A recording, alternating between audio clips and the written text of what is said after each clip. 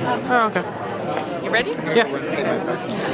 Hello, Televixen.com here with David Sunquist, star of Cracked. Hello. It's so nice to meet you. Nice to meet you. What a great show. What an awesome Thank you. first season. Thank you. Your character, just bringing that to life. How was that whole experience during the first season?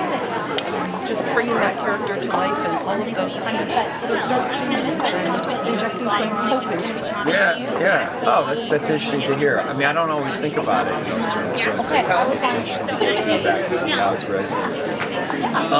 It's great to play a character who's got real struggles. Right? That's what you're looking for is a complex character struggling, and in this case, he's got post-traumatic stress disorder. So he's got a real mental illness, and I think the thing that was fun to play is this idea that is his brain functioning properly?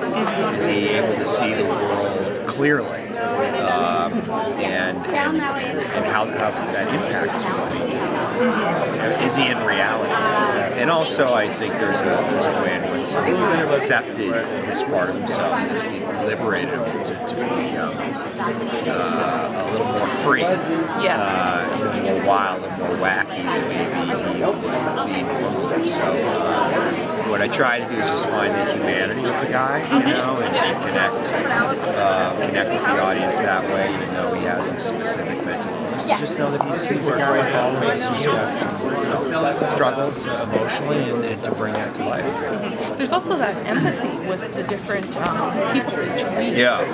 Being able to kind of understand where they're coming from. Yeah, right. Possibly the reasons why they are, not necessarily why they are the way they are, but understanding where they're coming from. Yeah, I think that's an important aspect of the show, an aspect of the characters, that he's able to relate to these people who have mental illness, in a unique way. And so he's able to make that connection, understand them, in a sense, feel the place that they're coming from, and then approach it in a compassionate way, but also give some great insight into how to solve these crimes.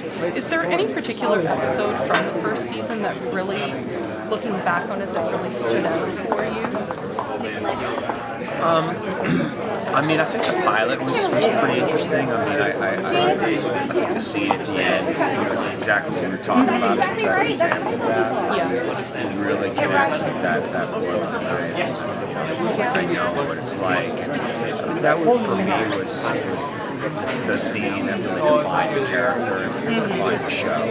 So I was proud of that, and I was proud of episode 3, the cult. That was intense. Yeah, and it was just really, that was the first episode that stylistically, I think the show took some risks that paid off. Yes. Bruce McDonald directed it, and they gave him quite a long leash to do what he wanted, which was great, and he did some amazing things, so it was fun. It was fun to anytime you have a highly stylized approach, it can go bad. Yeah. But when it works, it's exciting. I think that was the episode where it went from, a procedural with a twist Right. to something even more that kind of transcended that whole procedural format of TV. Yeah, well, if you're going to be doing stuff around mental illness, I think it's got to be reflective of the style of the show. So you've got to be taking the audience in and out of different kind of realities. And that's the truth of life, right? It's like we all see reality in a different way. The mentally ill, completely, but can be really far out of reality. So I think that we want to reflect those points of view in the style and shoot it and present it, music, all that. So I think that episode would be pretty effective. Have you started filming the new season as of yet? We're starting Okay. June 17th, I think. Okay. Any ideas on the direction for this season? What maybe issues that you were dealing with in the first season that might carry over, or are you still kind of in the dark on the direction of this season? I'm not really in the dark. I mean, I have broad sketches, about where it's going to go. I think that the big thing is last year there was this real feeling that Aiden was broken, and that there was a lot of concern about him and whether or not he could do his job and whether or not he was okay. And I think that has been resolved. I think that for the second season, we know that he can do his job. Yes. Whether or not he's fit for duty is not a question.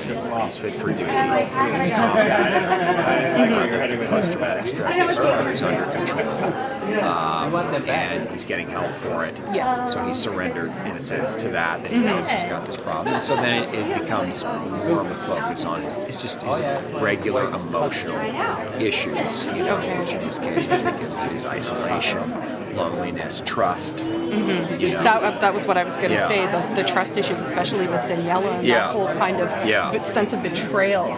But they seem to come to some type of I don't want to say a happy place, but an understanding by the end of last season. Yeah, no, I think that's true, and I think he's over the course of the first season he's learned that there is real value in being partnered with a psychiatrist. That there's the unit is important, and that there's a lot that he can learn from them, from the psychiatrist. So I think that question has been answered for him, and then it becomes how do you work with the psychiatrist moving forward? What does that relationship look like? And how to, now that this is his reality, how is he going to do his job? Well, David Sutcliffe, thank you so very much. It was great to meet you. If you haven't tuned into Cracked yet, check out the first season. Watch it all in a day. It'll be totally worth it. Make sure you watch season 2. Thank you. Thanks so much. Thanks.